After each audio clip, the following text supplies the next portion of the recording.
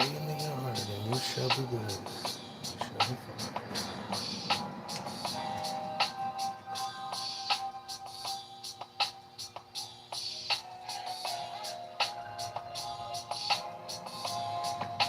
It's like the worst time to have animals.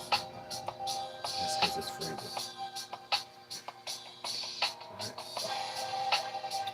That's what happens, right? That's what happens. It's okay. Sorry about that, baby. I am, but I'm not.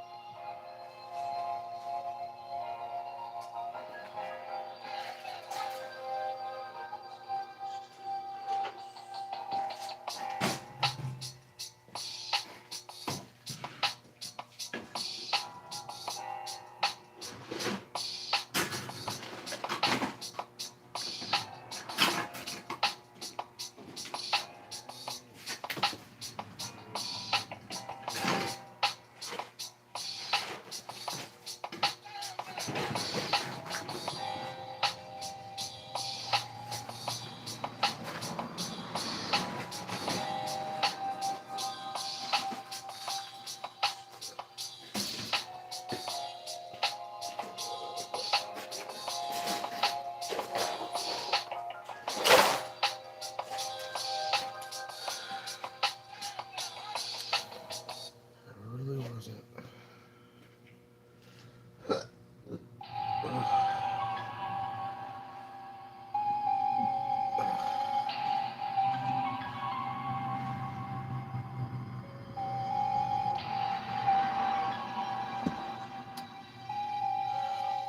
How's everyone's day going so far? Mine is cold. Freezing.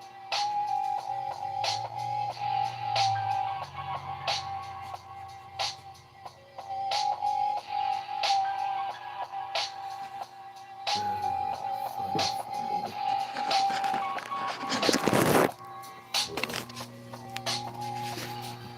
short end.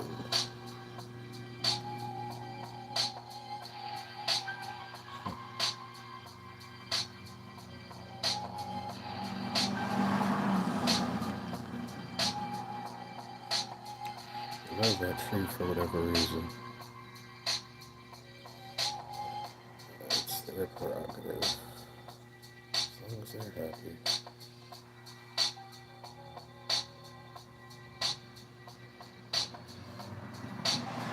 As long as they're happy, that's all that really matters.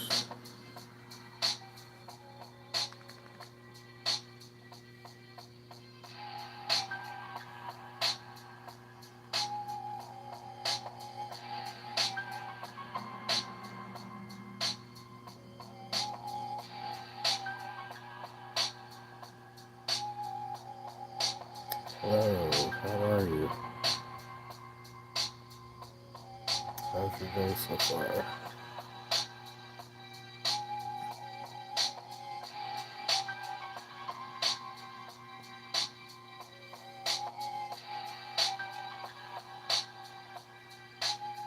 What's she doing? Sassy, where'd you go? She wandered off someplace.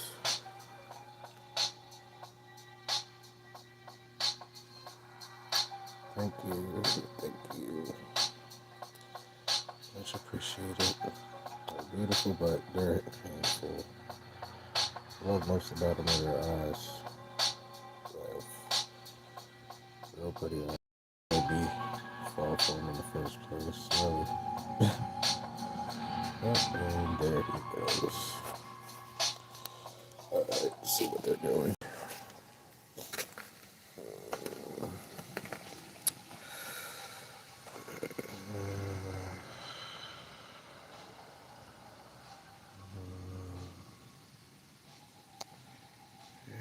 Just feeding them.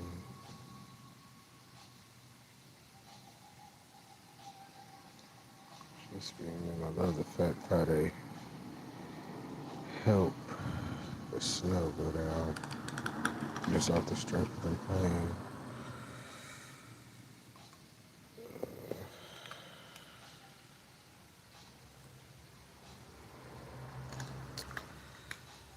But yeah.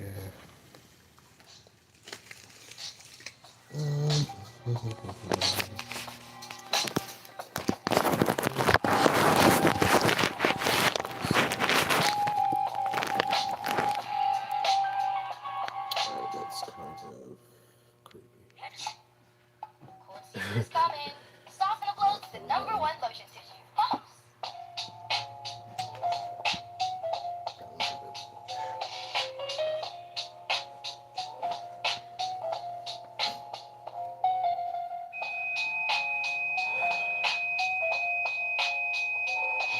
I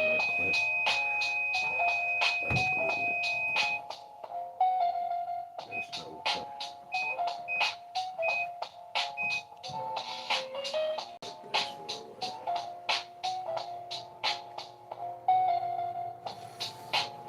I don't believe it. I'm not believing it.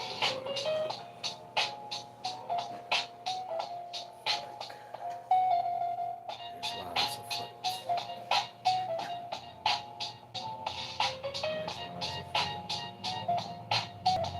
Yes.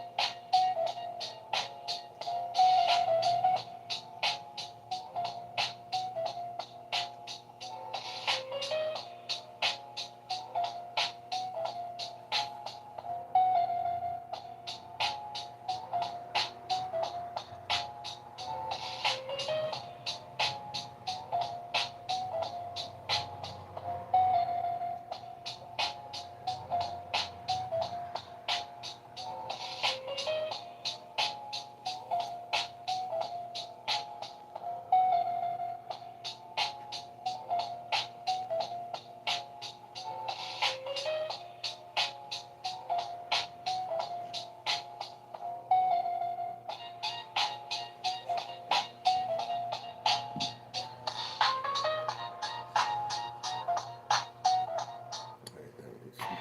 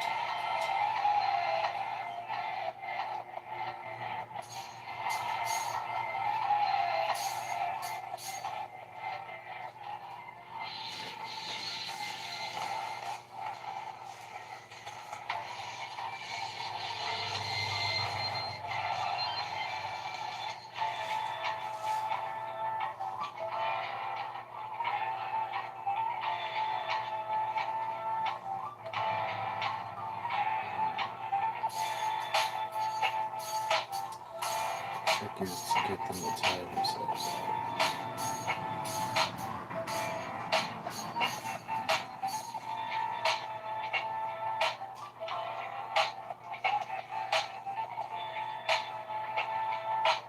Go in the yard. Sapper. Sapper.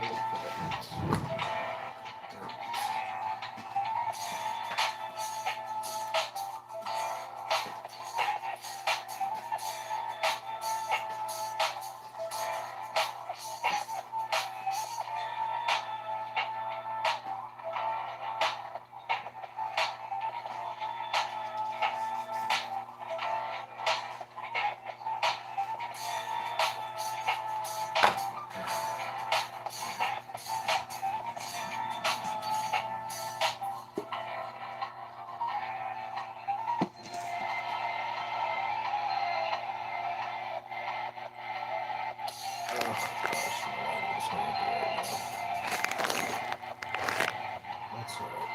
For right now. Just for right now. That's what do what I need to do.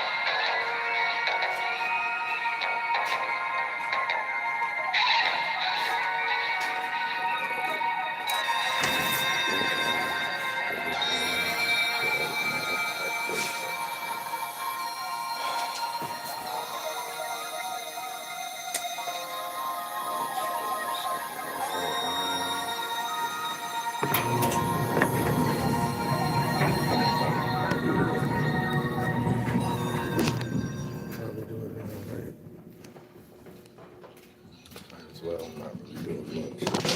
So,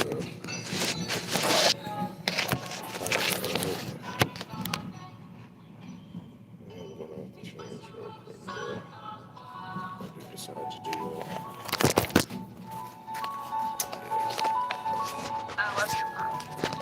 Why not, right? Even though I really don't feel like doing it, I'm gonna do it anyway.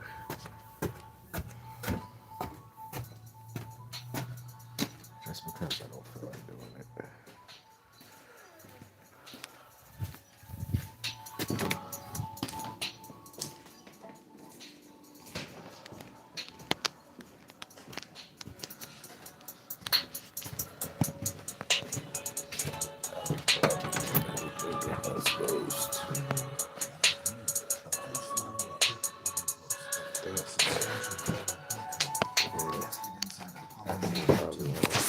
Was roughly 2 feet across, larger than it appeared from a distance, and bees entered and exited.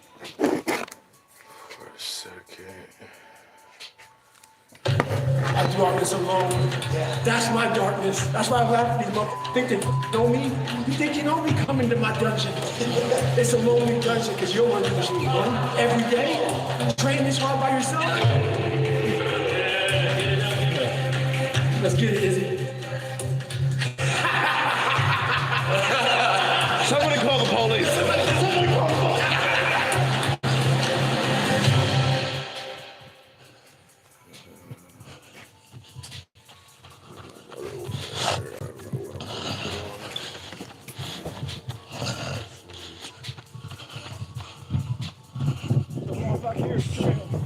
Oh, I see. All the way up. Even these are beautiful, the mountains that way.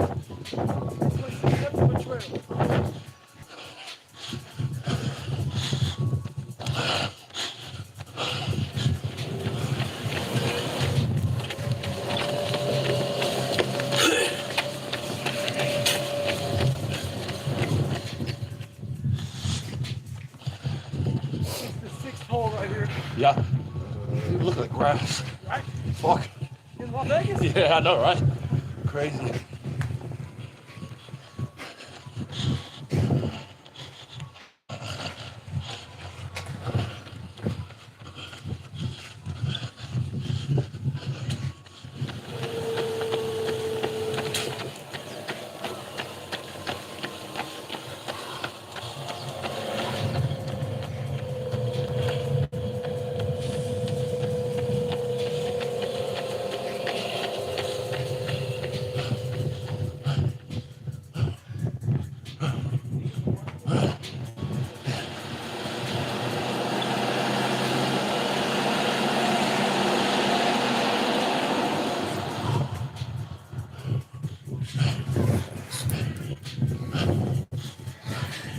Stay hard.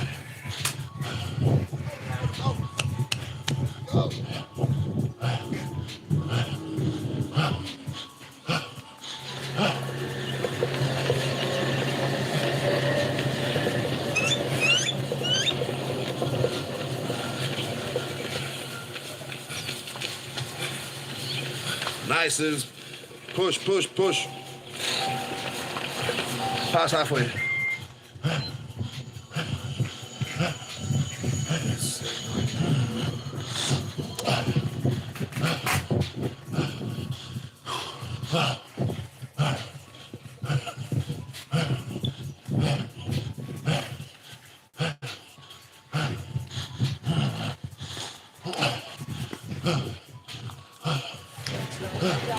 My man. Good work, bro. What's gonna happen? Yes. I tried to match your pace. Good job, brother. But then I did it for like just over halfway, and I felt when I said, "Okay, this is the push." That was that little hill. Yep. But I was like, okay, legs, legs, legs, and I was watching you. I tried to match it. The hill got me. Yeah, the hill got me. Good job, boy. All the way. Good job. I was like, man, when I saw you at the golf course, I was like, all right, stay hard. I mean, he stayed real hard, man. I tried. I mean, you definitely kept that pace, boy. Nah, but in the beginning, I was trying to match. We're in sync. We're in sync with the rhythm. You were right with me the whole time. And then the hill was like, The hill always gets everybody. bro. It was such a little incline, but I was like, oh, okay, this is a push. So we had a few on the way. Oh, my mouth dry. Hold up. Do you need waters? Hey, so do we have time? Are we done? Or we have time? No. What time is it now? 11:50. Cool. We got time. Let's do it. Cool. Yeah. Let's we'll get our shorts on. Yeah. Hit the gym. Oh man. He's different. All right, we did 740 mile. Wow, 740 miles. Yeah. 7K. Yeah. 8.7K. Almost 9K. Yeah. Yeah. So 7 minutes. 7 minutes 46 miles.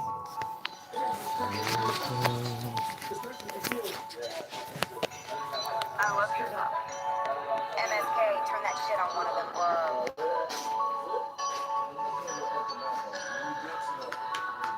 I just need that. I'm good. Just need that. I'm good to go.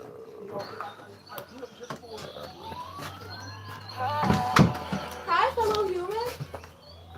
Hi. Hi, you doing? What's okay? Bye-bye.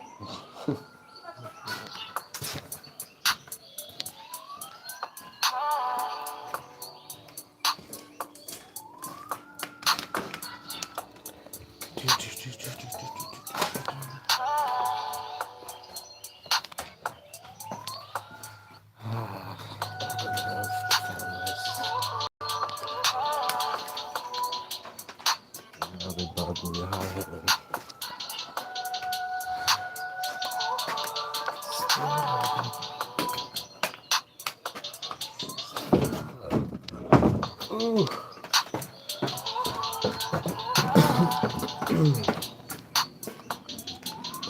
Alright. So,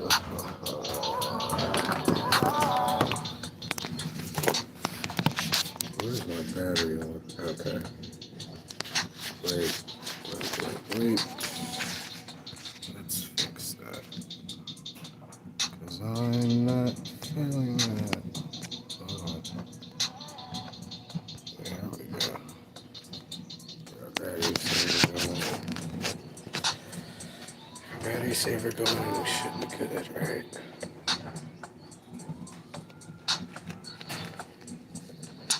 At least I think so. At least I think so. Alright.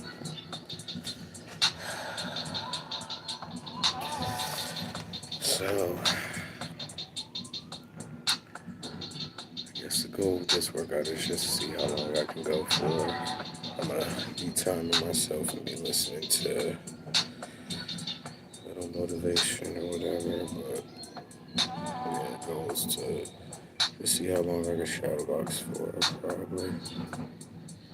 I'll probably do core workouts just to switch it back and forth. I should have did my lifts earlier. I did that on another platform, but it is what it is, right? I'll probably do my lifting and everything else probably tomorrow. Probably. I'm not going to do it. I just don't know which platform I'm going to do it on yet. Figure it out later.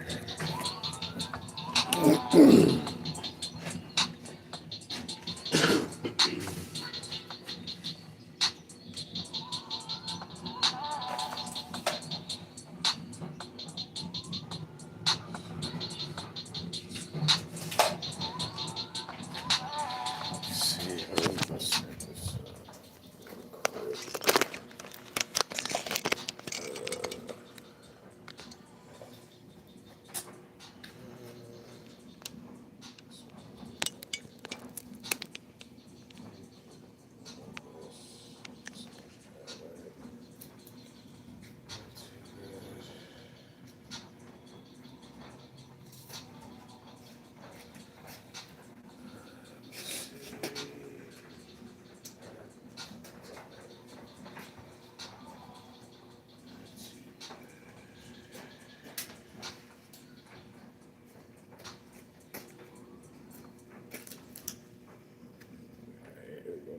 Turn your feelings off when it comes down to you wanting to be better.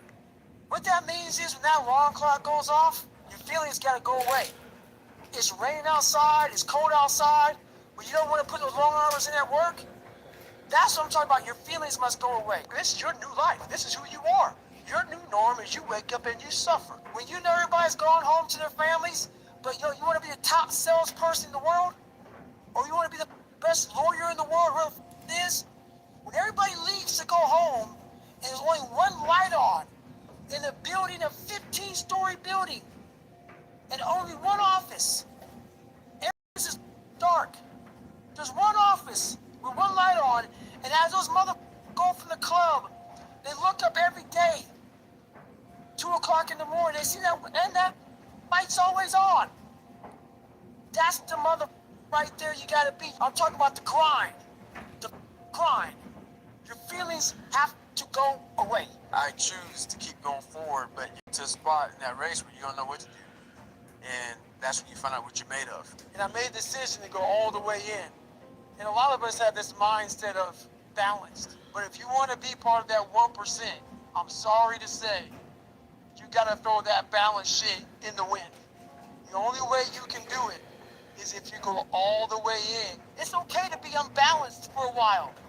It's okay. Don't be all this stuff people say, you gotta be balanced. To be the best in the world at what you do. It's not about being a Navy SEAL, people. The best at what you do, you have to be unbalanced to find every bit of energy and strength that you have to pull it off.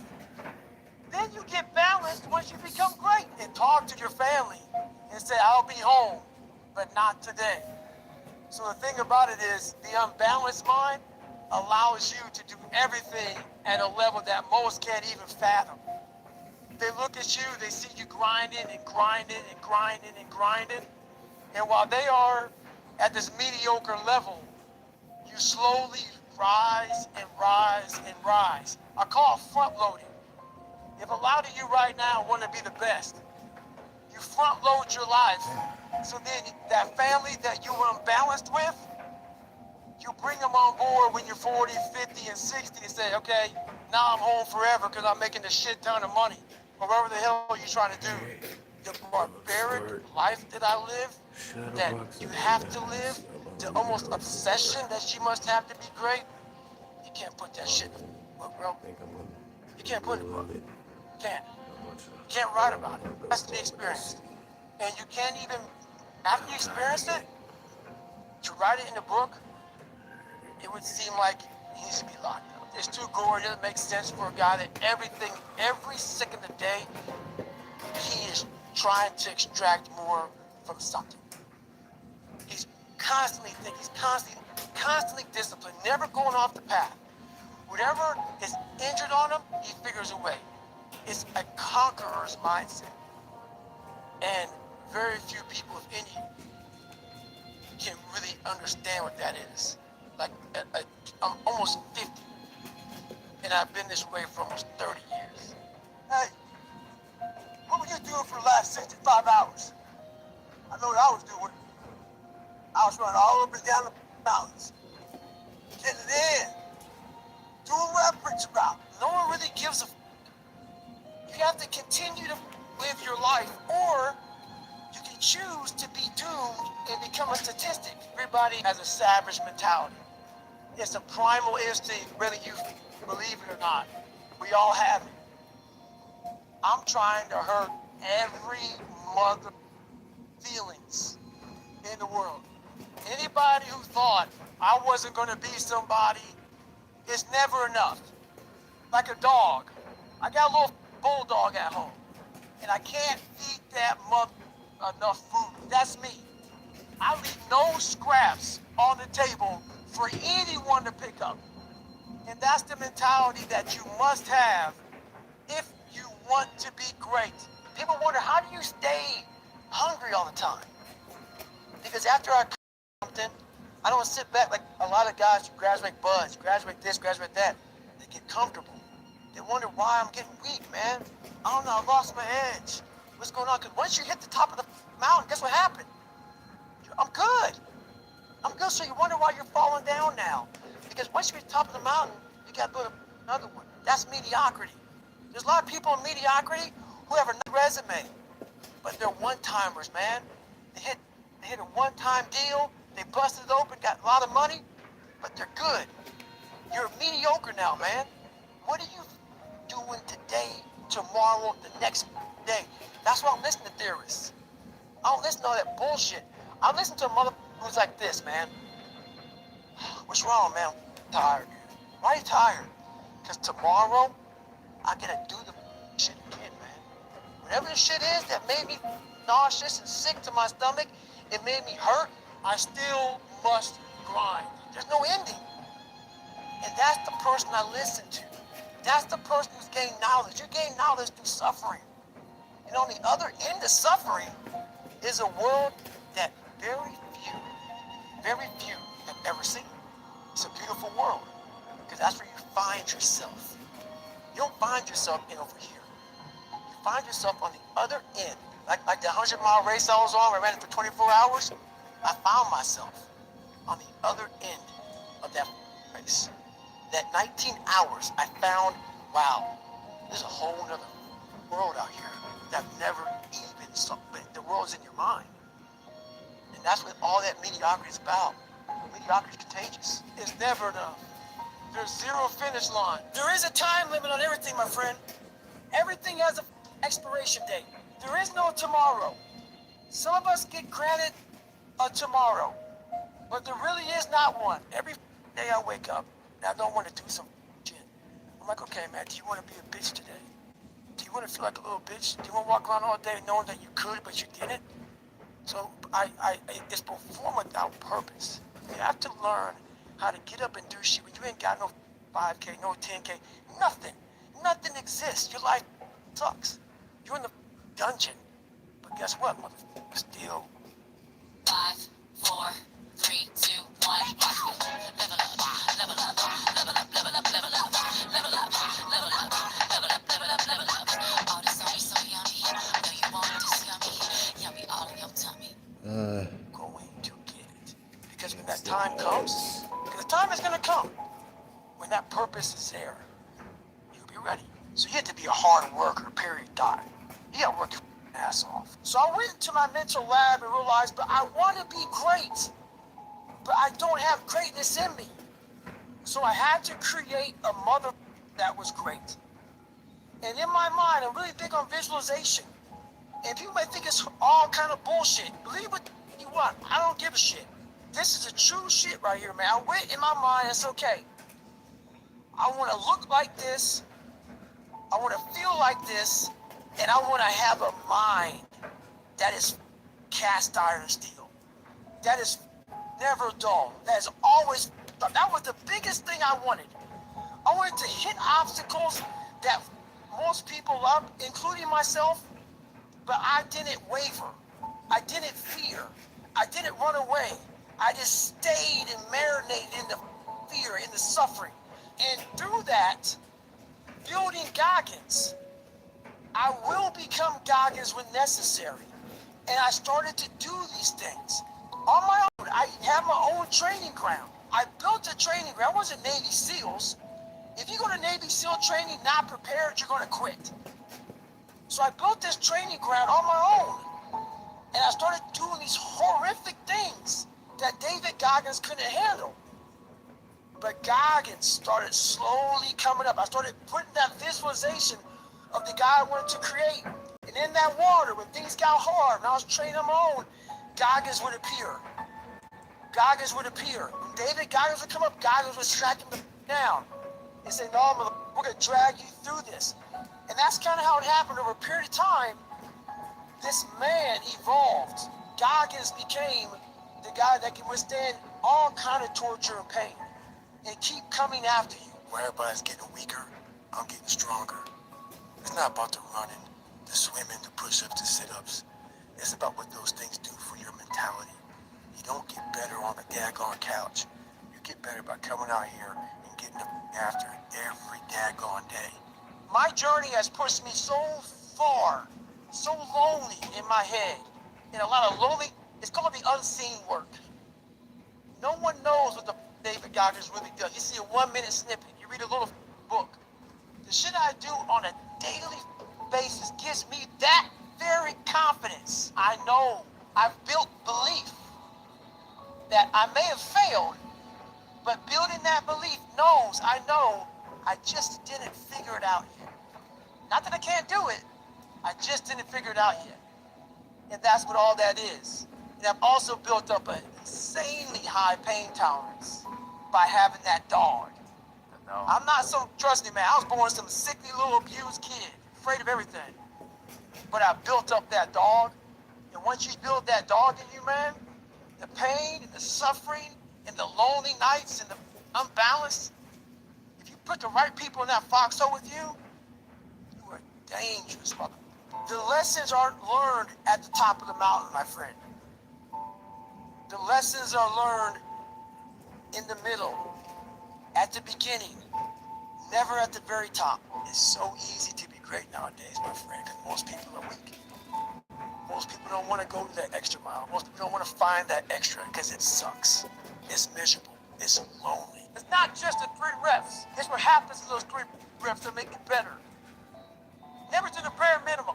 We're only 1% away from true greatness. I was only 1% from making that money, from being where I want to be, from having everything in life that I've ever dreamed of. But it's that 1% that we sleep on. It's that 1% that we wake up in that morning, we're like, you know what? Not today. Maybe tomorrow. Well, guess what? That's why it's so easy to be great nowadays. Because most a week.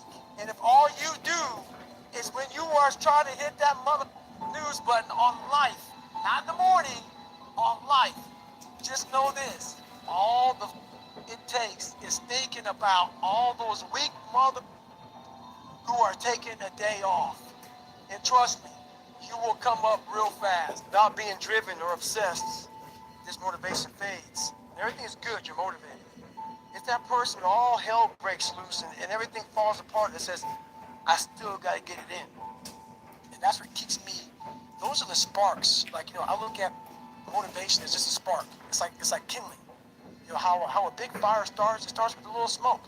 It starts with a little cigarette being thrown in the woods. Next thing you know, all California's burn up. That's what I've been doing my whole life, is I find these little sparks. And once that little thing takes off, that's a 1 hour fuel. You got 10 hour fuel. Then you can move that thing to a 10,000 hour fuel. These big logs, big trees that burn for days. And that's where you want to bring that motivation. That's where you want to bring that drive. So if you have no kindling, the kindling is me going out with these young guys saying, all right, you're 43, 20-year-old, keep up with them. That kindling now, when I leave those young guys, it has now become that 10-hour fuel. And now that 10,000 hour fuel that I use throughout my whole life. I use that through my whole life. Man, hey, this summer at 43, you went out there and you did that, man. So, you're not giving up yet. You're not done yet. Not today. Not done today. I'm constantly trying to put goals in front of me, but the biggest thing is I'm trying to find more of myself. And the only way I can find more is to silence the world out as much as I can, because it's getting busier every day. It's getting faster. And the faster it gets, the more you are missing who you are. So I trap my own mind a lot and say, look, man, I put my phone away, I put shit away, and I go dark. Shut off technology. You have to go dark. We're not able to think. The most powerful weapon in the world, we walk around with it. So am I. So Brian. You have to be able to go into a very dark place in your mind and figure who you are. Go back to what you want to do. What's your purpose? We can't figure our purpose out, or why we're here, or why we were born, or whatever, because it's so loud in our mind. We don't have any quiet time with ourselves to sit back and say, what do I really want? There's so many different dialogues in our head that we can't think. So my biggest thing is you have to be alone in a very dark place in your mind and think about what is important to you. Make up your own mission statement. What do you want to be in life? And once you do that, now you can work with somebody to get better. You can work with yourself to get better. But until you know what you want to stand for, you will always just be sitting down. You'll never stand for anything. When you really sit back at your life and you're in that dark room and you're looking at where you started from and you tell yourself, God, dog, man, my mom is this way, my stepdad got murdered, my dad beat the shit out of me, I can't read and write to save my soul, I've lied about it to everybody, I've cheated on these tests. My God, man. And then you put a goal in your mind. How you gonna feel, man, when you accomplish this goal coming from that shit? Coming from the hell you came from. A lot of people start from a good starting point. You have a good foundation. What if you can surpass all these people? If everybody who was way up here started up here, and you started with no leg. Life was always giving you a test, trying to give you a way out, trying to give you an excuse not to show up. This is my excuse today. But guess what? You gotta have the mentality to show up every fucking day of your life. No matter what life throws at you. It's our responsibility to show up to the Coliseum of life, prepared for fucking battle. I don't care what you're going through, what life's throwing at you. It's your responsibility to find your new 100%. I'm a big believer in doing something that sucks every single day of your life. Every day you're trying to find more of what you're capable of. And that's the big question. What are you capable of? Stop doing the things that you do every day. Do the shit that no one else wants to do. Do the shit that no one else is even thinking about doing. You don't find inspiration by not living in the grip of life. You need to live in the grip of life to find inspiration. Put challenges in front of yourself. When you put a challenge in front of yourself and you attack it, that's when you find inspiration. I wish the water was cold. I wish them motherfucking instructors keep on fucking running. I wish the fucking rain. When it is unknown and the distance is unknown, that's when you know who the fuck you are. If it was raining outside at 3 o'clock in the fucking morning, if it was snowing, the first instinct is don't go out there and do shit. My instinct was, we gotta fucking go out there.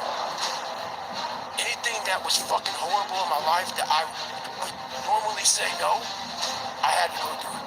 My new norm is, you get up every fucking morning at 4 o'clock and you suffer. This is your new norm. That became my new fucking life. Most people want to get out of it. I said, no, motherfucker, this is your new life. This is who you are. Your new norm is you wake up and you suffer. And I started realizing, if that's my mentality, this shit ain't hard anymore. Your fucking new norm is you wake up, you get in the fucking cold water, you get a beer till the shit's fucking done. Whenever they say you're out, you get out. So my new norm, I do that now today. My new norm now is, if I'm doing a 200-mile run, your new norm now, man, is you fucking are doing 200 fucking miles. I'm in Las Vegas right now, and it's hot as shit. It's not about any of that. But what it is about is a lot of us give total control to life. We don't have any control of it. We just give all control to life. I do this shit every morning to prepare my mind for what life's gonna throw at me. I'm not training for a race. I'm training for life. I'm training for the time when I get that 2 o'clock in the morning call that my mom is dead or something happened tragic in life. I don't fall apart. A healthy body gives you a healthy mind. That's what it's about. I'm training my mind and my body and my spirit so it's all one, so I can handle what life is going to throw at me. Because the life I've lived, it throws a whole bunch at you. This is the reality. It's about 90 degrees and 100% humidity. But who gives a shit? That being said, September 3rd, I had to have my book turned in. And what I realized, I'm reading this book a lot, but I realized I wasn't born this motherfucker. I made him. At the bottom of insecurities, fear, self-doubt, lies, was me, buried in the fucking fetal position. My dad beat the shit out of me when I was growing up. I had a 4th grade reading level in high school. I stuttered. I lied to people to be their fucking friends. I got called nigger every day of my life growing up. I had stuff on my notebook, nigger, we're gonna kill you. And this shit haunted me. I came home one night from work, spraying for cockroaches. I turned on the Discovery Channel. I saw some guys going through Navy SEAL training. And they were going through Hell Week. They were getting their ass just beat. In and out of the water, guys ringing the bell. They were suffering. And I was weighing like 297 pounds. And I had to make a change in my life. I was at an all-time low. And I wasn't going anywhere. And I was exactly what everybody said I was going to be, which was nothing. So I had to make a change. What comes on, Discovery Channel show, and that's where everything changed for me. I was taking a shower. I walked out, heard these guys, and I was watching these guys going through Hell Week, class 224. And these guys ringing the bell, quitting, dropping their helmet down, rolling out. A lot of guys just leaving. And it made me reflect big time on the piece of shit that I am and what people said I was going to be. But a lot of us have these fears that you just don't want to fucking face. And I have a lot of them. I had a lot of them. And I saw real men, what I thought were real men who were staying, who were overcoming adversity, who were overcoming all these different things that I had planned so many fucking people in my life. My dad, my mom for not being there, my mother's ability, my skin color, me being everything. So I sat there for a while and I was like, man, I got it. No one's gonna fucking come to help me. No one's gonna fucking come to help me. It's fucking me against me, period. And so I had to man up. And I said, the first thing I started doing is facing every fucking fear I have. No matter what the fuck it is, man. I had 2 options. To either be that 300-pound guy who's spraying for cockroaches and made $1,000 a month, or I can totally just sack it up and fail until I succeed. So I started calling recruiters up. I said, I'm gonna go be a fucking Navy SEAL. I wasn't born this motherfucker. I made him.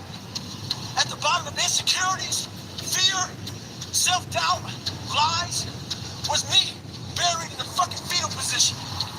How I got out of that was recognizing, being honest with it, being truthful with it, and then fixing it. We like to live on social media with lies about ourselves, how great we are. Get to the source and fix the problem. I started callousing my mind at this point in my life. And I started realizing through this process that the fucking mind is what you created. And I started opening different doors that I didn't think were even there, that I didn't think even existed. And the more doors I opened up, the more I started realizing that my potential is damn near endless. And self-talk, it became so nasty and dirty that I almost liked the fact that I went 0.25. So it became from being defeated to like, man, all right, motherfucker, maybe more than go 0.75. You know, it just became this different mindset. I turned negatives into positives.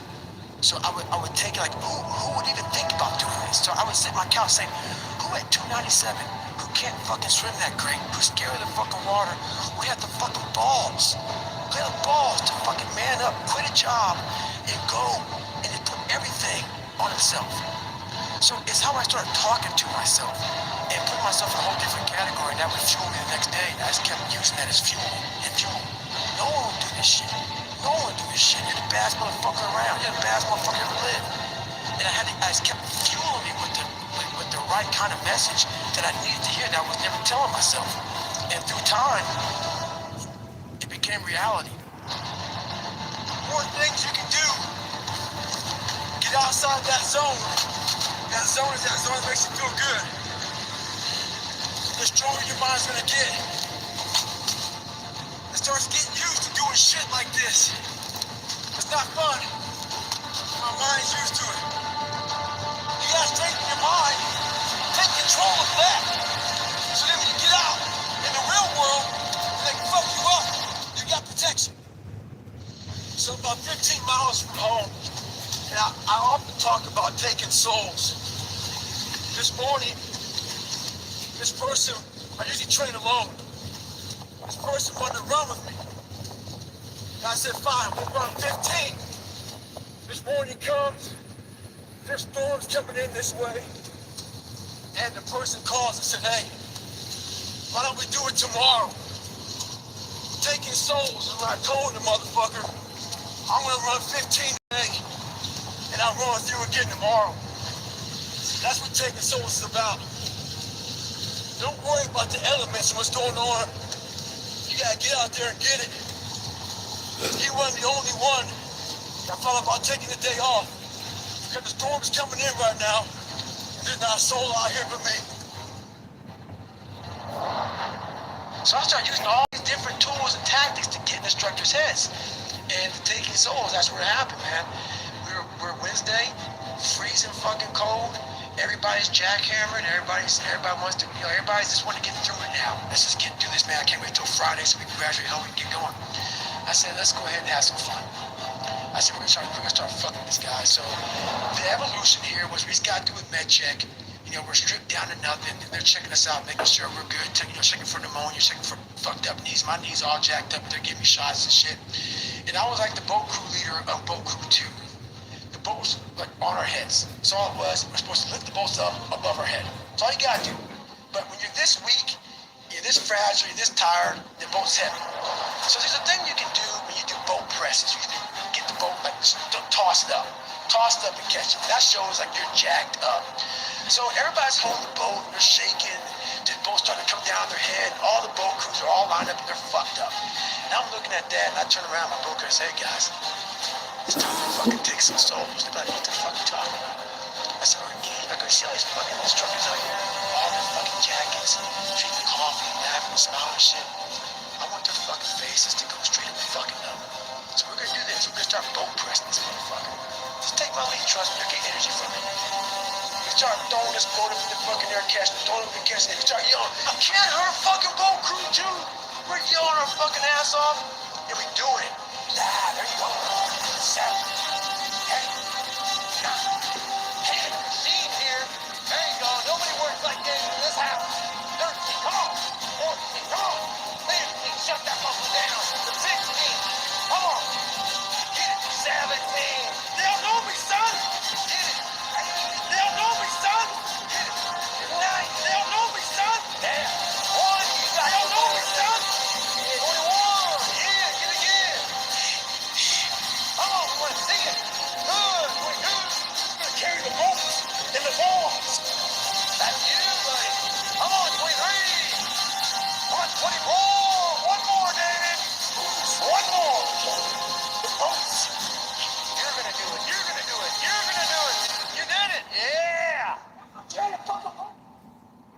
they make a stop, like what the fuck, like stop. I look at these instructors, and their faces literally look like someone like just like took their soul out. Like, what the fuck just happened, man? I knew me on Wednesday, I couldn't have done that. How are they doing it? So the rest of the time, going through Hell Week, it was like we owned it. Right. Bone Crew 2, we won every single race. We were just dominating. And there's a whole bunch of fucking guys that don't fucking like me. I don't give a fuck.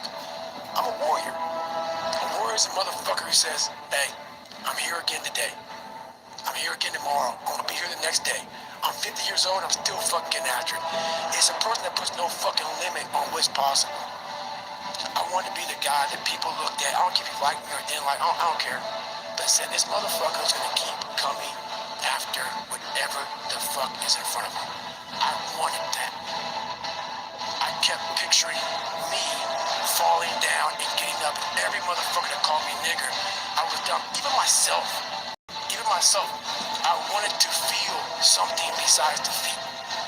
I wanted to just go the distance. And that going the distance pushed me to a point of where now I go way past. But when you put that practice in every day, you lace them up. Now I mean run. It's just a metaphor for life. When you lace the motherfuckers up every day, pretty soon you win. If you have the courage and the heart and the dedication and the mindset, but everybody go fuck themselves. I know what I know. I've listened to myself enough to know I know what I know. And that's what people do. They don't listen to their journey. They listen to everybody else's shit. I'm not the best at anything. I'm not gifted. I'm just driven. I'm a guy that came from nothing. Anybody's capable of doing shit like this. Anybody. All these guys died, they all had kids. I want to raise money for the Special Operations Warrior Foundation. So I Googled the top 10 hardest races in the world. And what comes up is a Badwater 135.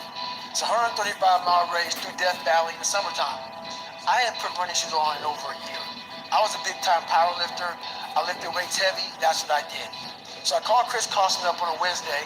He says, look, man, the only way you can qualify for my race is to run 100 miles at one time in 24 hours or less. I'm gonna cut to the chase. I signed up for this race. It's called the San Diego One Day, where you run around a 1-mile track for 24 hours, just any miles you can get. My goal was 100 miles. I knew nothing about ultra running. The furthest I ever run was 20 miles at one time. I didn't run hardly at all this time. I was a SEAL, but I was like a bodybuilder. And I did elliptical trainer 20 minutes on Sunday. All I did. And the day before this race, it's funny, this guy named Joe Burns, who put me through my Hell Weeks, a SEAL guy, he's one of the hardest guys out there. He was in the gym the Friday before I did this race. And he was doing a full body squats, deadlifts, power cleans. I said, fuck it, man. I went in there and did a full body, hardcore squats, deadlifts, and everything with this guy. Because I knew he was gonna come watch me in this race. So I've always been about, all right, man, you're gonna see me come in here and jack this weight, and tomorrow you can watch me do a 100-mile run. I got to mile 70, but I was done. My feet were broken. I was stress fractured, shin splints, muscles were tearing. I'm messed up bad. So I literally start to turn white. I'm at mile 70, they got 30 fucking miles to go. I'm jacked up. I gotta go to the bathroom. The bathroom's like 20 feet from me. It's a porta potty. I can't get out of the fucking chair. So I'm peeing blood down my leg. Whoa. Pooping up my fucking back. And I got 30 miles to go. And I can't stand up because my blood pressure's all messed up. I've been in 3 Hell Weeks, Ranger School, overcome so many obstacles in my life. This last 30 miles of this race is when I realized a human being is not so human anymore. We have the ability to go in such a space if you're willing to suffer. And I mean suffer. Your brain and your body, once connected together, can do anything. And this 30 miles was the life-changing moment. I was out of it. I was in the worst pain in my entire life. I was, to me, on the brink of death. And I was able to chunk this 30 damn miles into small pieces. I was so driven. And I'm not gonna say motivated, because motivation's crap. Motivation comes and goes. when you're driven, whatever's in front of you will get destroyed. I don't ever close my mind to the fact that this can't be done. This became a personal thing. This became me against this race, me against the kids that call me nigger, me against me. I broke this thing down to small pieces. I said, okay, I gotta get nutrition. I gotta be able to stand up. Let me see if I can fix myself.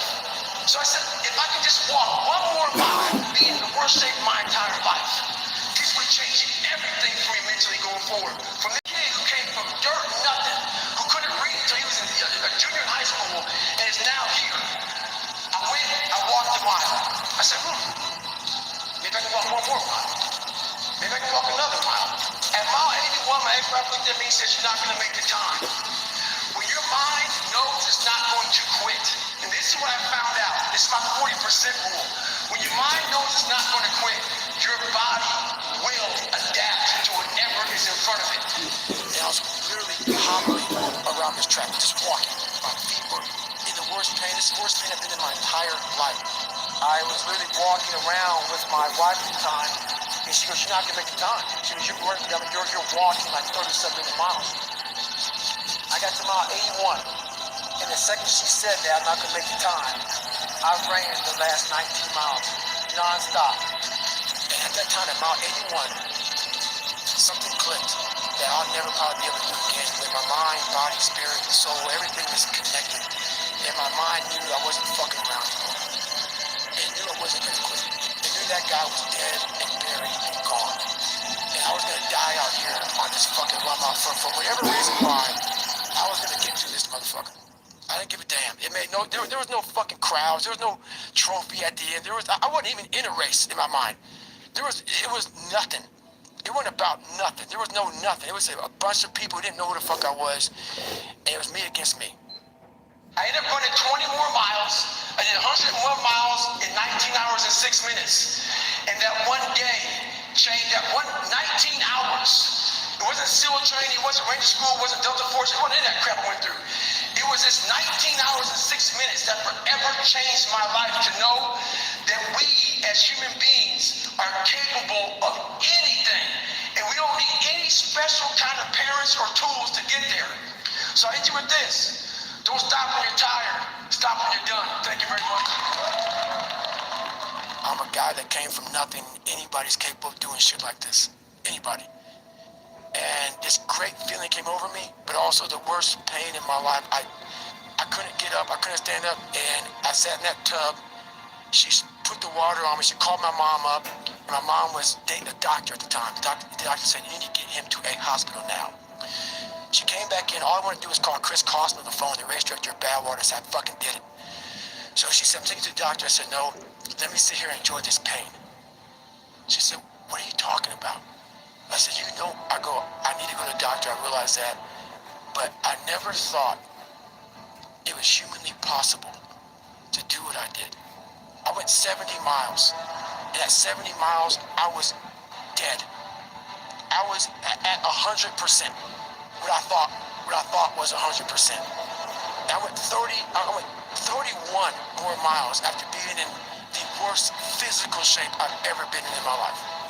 And all that pain and suffering and things going through my fucking body, and I sat in that tub and the water's hit me, and it was the most amazing feeling of accomplishment, and I went to be numb. I did this. As crazy as it sounds, it was the most amazing moment of my entire life. To come from this kid who was misfortunate himself, was tortured to this guy now, who was able to overcome such amazing odds and obstacles. And I called Chris Costner, the race director at Badwater, and he said, the idea of a 24-hour race is to run 24 hours. You only ran 19. And he put doubt in my mind that he would let me into Badwater. 2 weeks later, roughly, December 5th, was the marathon that we all signed up for. I couldn't walk. I could not walk. I was fucked up. So, 10 days or 2 weeks after this 100-mile in one race I did, this marathon, December 5th, Las Vegas. I said, you know, it's the first one. I can't run. Maybe I can walk with my mom. That gun went off 2005. 14 days after, I broke myself off. and I qualified for the Boston Marathon. I ran 3:08. The gun went off, and that thing came back. Like, all right, man, what if you can qualify for Boston, man? You just ran 100. So what helped me out? I just ran 101 miles. What the fuck is 26 miles to me now? So the mindset going into it was like, I ran 75 more miles than this. So a month later or so, about a month and a half later, I went to this race called the Hurt 100. 26,000 feet of climbing over 100 miles. Probably one of the top 5 hardest 100-mile races in the world. Went out there and got through the race. Did it in 33 hours. Was a 9th place finisher. Not many people finished that year. And I qualified for Badwater and got in. And I went on to lose weight and train hard. And I got 5th my first year and went back my second year and got 3rd. When it comes down to how long can you stay in that pool, when it comes down to how far can you run, when it comes down to how much can you push yourself past the part where you want to quit, how far can you keep going, there's a purity in that it dissolves social order, all that bullshit, what people think about you goes out the window. It's who are you right now? That's right. Who are you right now? When you put yourself in hell, that's the only time you can figure out how the fuck to get through that motherfucker. You can't read somebody else's book about some theory on how to do shit. Some guy who sat up in a nice warm office and wrote some book with a nice cup of coffee in the fucking hand. No, I want to see that guy who immersed himself in fucking hell and he thought about quitting and leaving and his wife and his kids and why am I here? Is it worth it? All this crazy shit. And still said and found out a way to get through it. The permanent result comes from you fucking, I say it all the time, you have to suffer. You have to go into those dark chambers that we often shut off, and you gotta open them up. You gotta open up and fight that fucking demon, get in there, talk to that motherfucker and say, what's up? But going through this path of life, this journey over here that you make yourself, that's incredibly difficult. When it comes out the other end of that motherfucker, it's some glorious shit that you can't even explain to people. And we're afraid. It's easier to accept the fact that I'm just not good enough. I wasn't made to do that. But I'll tell you right now, man, we can do a lot of shit when it comes to this pure arm guts and willpower and getting through shit. We have a lot more with that, a lot more than what we think we have. There's not some easy, lit up, street-like path with nice smooth roads. That's right. It's a difficult motherfucker where you're gonna fail and you're gonna be in your head, you could be saying, I'm not good enough. And it's how you get through that. It's how you get through that on a daily basis when that thing is saying, man, I'm 43, I've done so much. You start to become civilized. The refrigerator gets full. You start making money and you start, I'm not getting cold anymore. I'm retired. At 43, I'm still putting in 100 weeks. Still doing thousands of pull-ups, thousands of push-ups.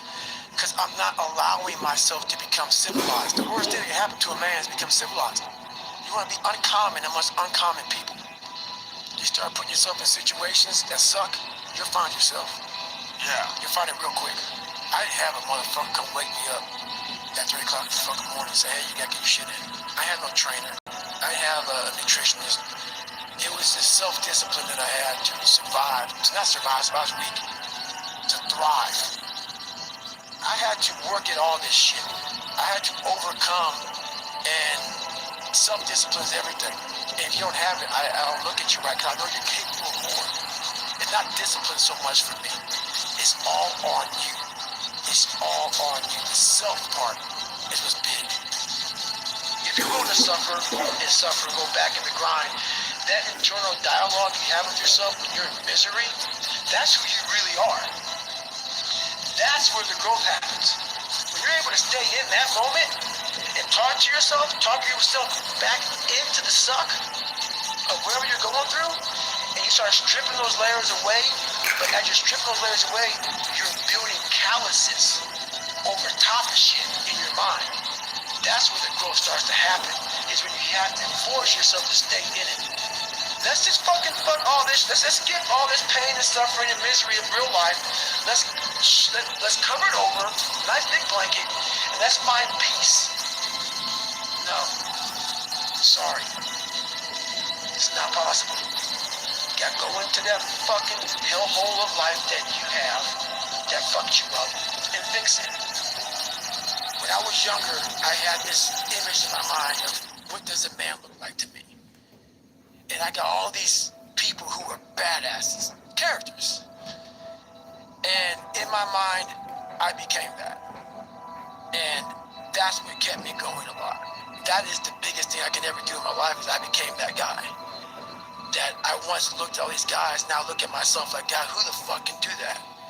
I can. To achieve the standards that you've achieved, to become the person that you are today, and have the influence that you have. It's like you had to go through that in order to empower all these other people. That it's not like you're this superhuman person that is like a character in a book, right? That you're a real human being who has real insecurities and real failures in your past and real demons. And you figured out a way to harness that energy and just keep going forward and not quit. That's it. I did 67,000 pull-ups in 9 months. In training for a record for 4,000. And the failures, so I did the first time in September, failed miserably on the day, so I did 2,588 or something like that. Failed miserably for millions of people. 2 months later, November, tried again, failed again.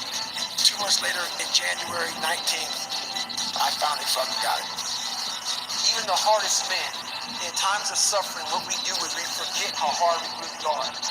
That's what suffering is. Suffering is a test. That's all it is. Suffering is the true test of life.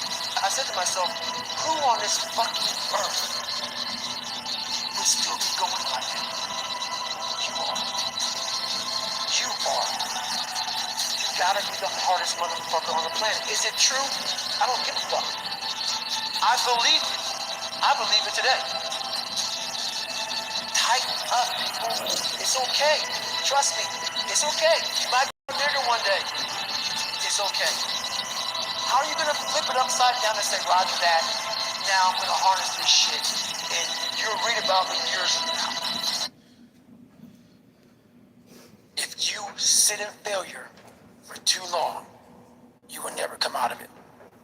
So the first part of my success was learning how to fail properly. You have no fucking idea how great you really are, because you are using such minimal of what you have. It became a way of living.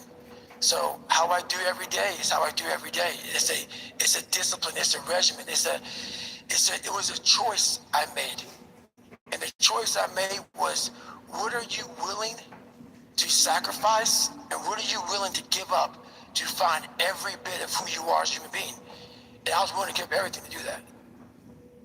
But when you put that practice in every day, you lace them up. And I don't mean run. It's just a metaphor for life. When you lace them motherfuckers up every day, pretty soon you win. Pretty soon you'll fucking win. If you have the courage and the heart and the dedication and the mindset about everybody can go fuck themselves, the heck is gonna fucking suck. And that's what I realized. That's what I realized. Life, that's why I wanted to come on here today. I didn't want to come on here and talk about no fucking passion and purpose and how to get the fuck out of bed, how to hit a fucking alarm clock and all this catchphrase bullshit. Because that wasn't how I lived. That wasn't how I lived. I woke up like every human being does and goes, fuck, man, I'm a fucking piece of shit today. How the hell is this gonna work out for me? And you fight that. And you fight that. You don't override it. There's no override button. It's the conversation in your fucking, like, in your head. So how do you do that? We don't have enough of these conversations about the real conversation that every human being is having. And they have no idea how to get out of it. They do. It's that shit right there, man. You gotta build your will. Most people are missing something because they don't know who they are. They never examine themselves. They've never done this experiment on themselves. The lab rat, we're all lab rats, but you're also the scientist. You create your own self. Most people are missing something because there's so much trapped in there. I don't even want to say potential. I think that's word used out too much too. There's so much in you that God or whatever the hell you believe in, or if you're an atheist, in you that you have not unlocked. That you walk around with this gorgeous wife or a great husband and all this money, like, God, I feel like I'm missing something. Yeah, because it's about 75% of you is still fucking in there. Still chained up. Because you just didn't want to find your willpower. Didn't want to find your soul, your will, your heart, your determination, your guts, your courage. And what that looks like, it looks scary. Like your little scary lab I went in. Scary. To wake up every day and say, I'm stupid, but I want to figure out a way to be smarter. Versus saying, man, I just can't do that. So you limit this box. So your box becomes so small of things you can do. My box wasn't even a box. It was a fucking little pinhole. And then, through examining myself, getting some willpower, some courage, it became bigger than this table. But that's what we all do. That's why I wanted to come here today and talk to you about real shit. Why most people don't want to do that, build that willpower, is because it is scary. It unlocks a whole bunch of things about who you are and who you're not. And a lot of people don't want to go down that journey to discover who they are and who they're not. Because it's not a pretty journey. I mean, I've gone down it. It's not like I went down it once. I go down it all the time. And when you unlock that, and you can't just turn it off. Like people say, hey, well, how come you haven't retired yet? I built all this willpower. Do you think this could let me just retire because my knees hurt? It's telling me every morning. I wake up like, man, my knees hurt now, my legs hurt, my body hurts, but you can still run. So why aren't you running? If you can still run, there'll be a time when you can't lace them up anymore, but you can still run.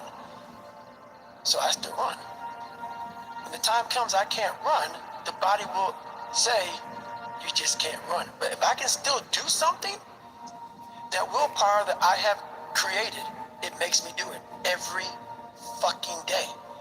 And that's what they don't get. What builds a human being is you start with the small building blocks. Before you know it, man, you become something it doesn't make sense to most people because it's just who you are now. That's why I can still run at 50 at 49 with broke down knees and broke down body. Because my body knows you still can. Therefore I do. The second you stop, the willpower is gone. You know how people connect with my book so well? For some reason, God put me in almost every fucked up situation on the planet Earth. So when I talk to people, it's not sugar-coated, because I'm not saying it from, I was 175 pounds my whole life. I don't say much to those people. Maybe you're a piece of shit. Maybe you want to be nobody. Maybe you're happy exactly where you are in life, because obviously you are. Maybe you don't have the determination to be somebody better than who you are.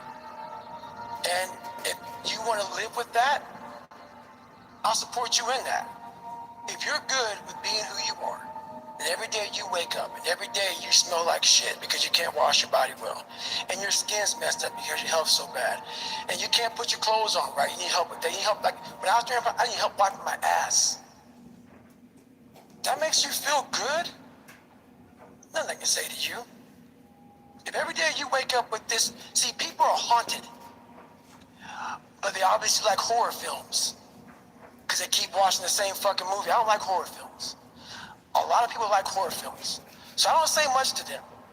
I say exactly what I said to you, right there, because I was once you. I didn't like horror films, so I changed it. Some people are just, they become, like you said, it gets real small when you're lazy and you're fat. Your will is so small that they don't have any, and you can't give it to them. There has to be something. This is what I'm talking about now, because this isn't a hack.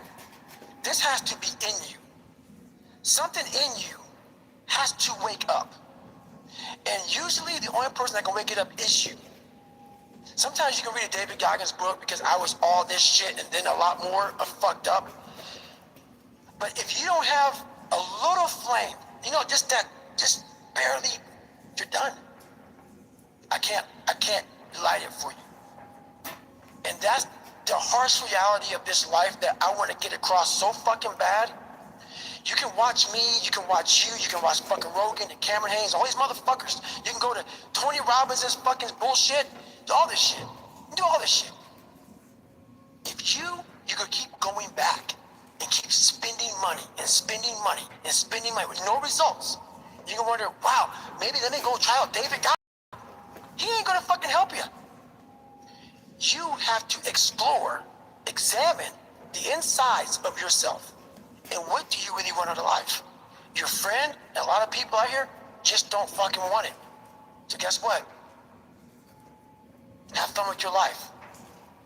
Go from 3 to 350 to 400 to 450 to 500 because you don't want it. And that's the harsh reality. I can't give you shit.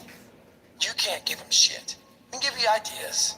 At the end of the day, when I was losing the weight, I had to miserably wake up every morning in the cold because it was Indiana, November when it started. I was miserable. This is your new life. Take it or leave it. There's no happiness about it. There's no peace behind it. It sucks. It just fucking sucks. And that's the one thing, if I could teach anybody anything, it just fucking sucks. And it's gonna continue to suck. And then one day you get to a special part in your life that it might get a little bit better. But to lose, you have to lose, my friend. Sorry, it's gonna suck every fucking day. Cause then when you're 300 pounds, you're gonna go out to lose weight, you probably get injured. So then you gotta work on the injury, and then you get even more depressed. This is what I went through.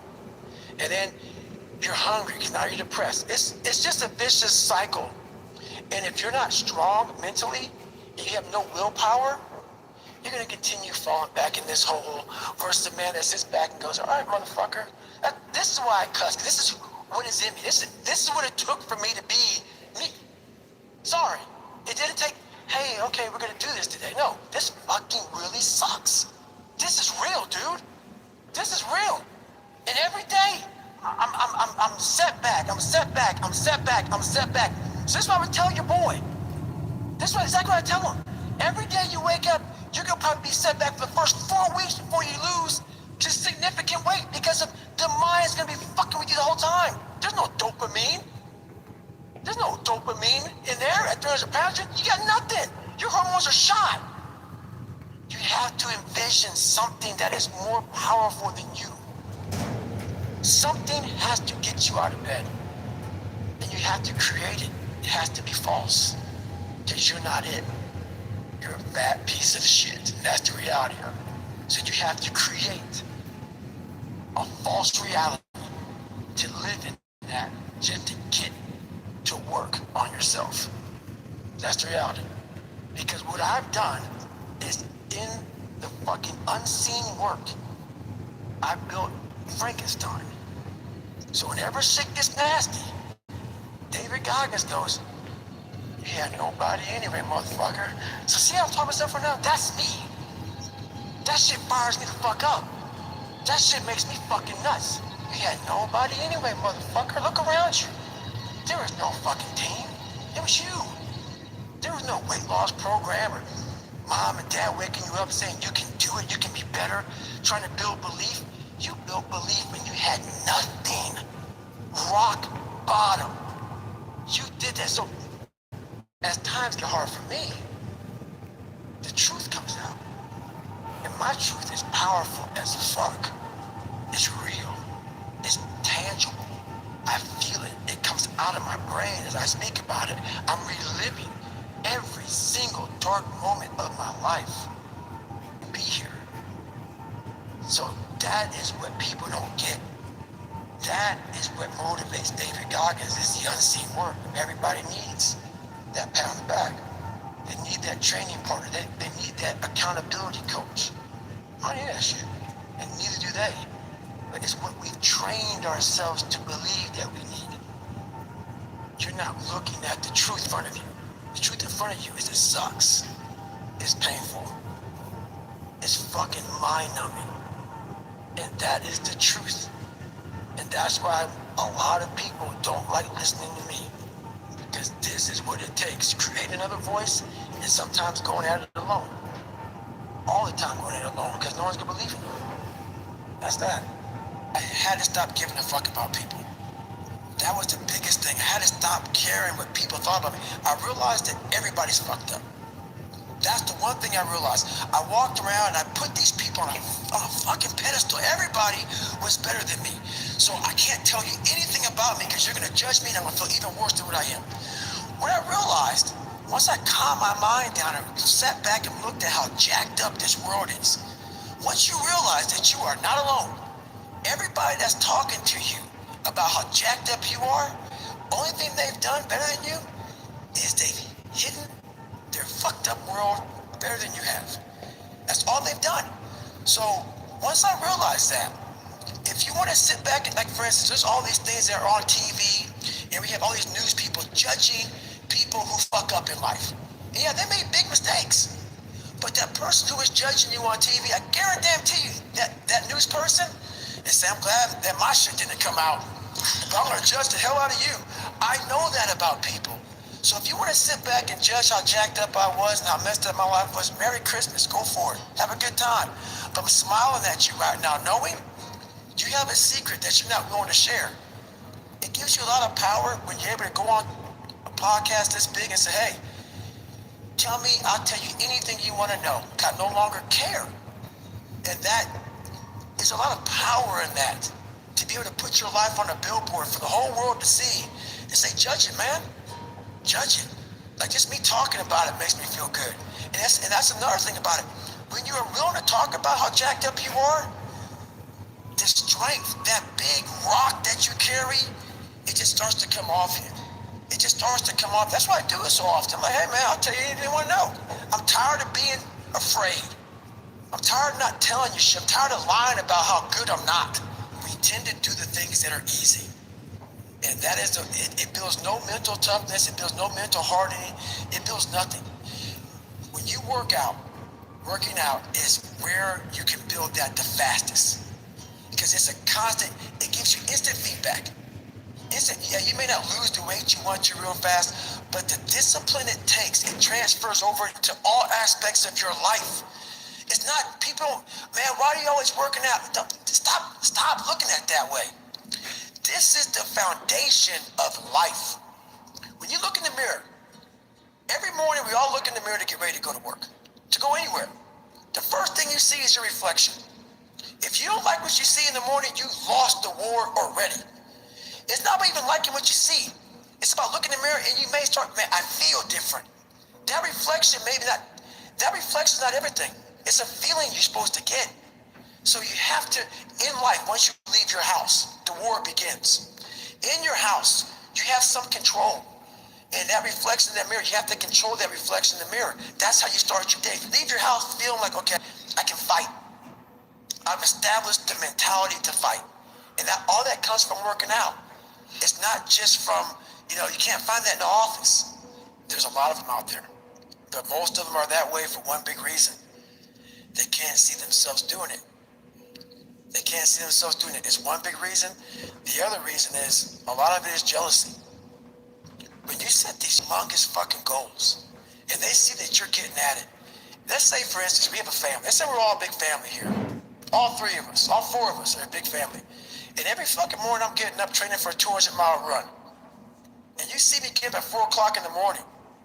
And all you fuckers are sleeping. And by the time I get done running my 30, I come home just getting up. How are you gonna feel about yourself? A lot of times when you're an overachiever and you have people, that's what I talk about the mediocrity thing. A lot of our family members, a lot of our friends, they're mediocre. There's always those couple of guys who are uncommon, who want to be better. But you make that mediocre motherfucker feel like shit. Whether it's your mom, your dad, whoever. You make him feel horrible. I've been there. I'm speaking from experience. You get somebody around you who's trying to be better, and you don't have the drive that they have, it's a constant reminder of how fucked up you are. You have to know that that's what it is. Anybody in your course not saying, man, get after it, brother, I'm so proud of you, they have a problem with themselves. Because all you're trying to do is achieve more. If that's a problem for somebody, you have to look at them and say, man, you really have a fucking problem with yourself, huh? It's much deeper than what you think. Right. It lies deep in your soul. How I was able to fix myself was I saw how ugly I was towards other people who were great. I was able to look back and say, man, you don't hate that motherfucker for any reason because he's great. And you're lazy. You're lazy. He makes you feel like shit every single day. That's where it comes from. You gotta know, you have to know where shit comes from to be able to solve it. I honestly want to be considered one of the hardest men to walk the planet Earth in the history of the world.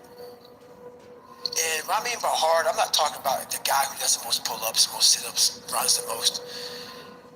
Just a person who's able to overcome any adversity in front of him, to figure out a way. Hardness isn't about all this physical shit, man. Yeah, it helped me get to where I'm at.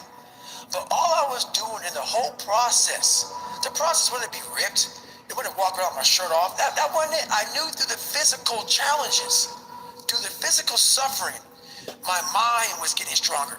I was literally doing that for a reason. I had a weak mind. All the rest just happened to come with it. I was trying to strengthen the mind to handle all the judgment that's passed on me, perceived and not. Sometimes you make it up in your own head. You know, I just want to be able to handle all of that, everything, physical, mental.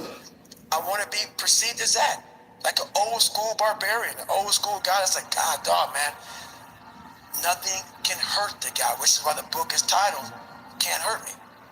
I want people to have that mantra in their life. Take that with you. Take it everywhere you go in life.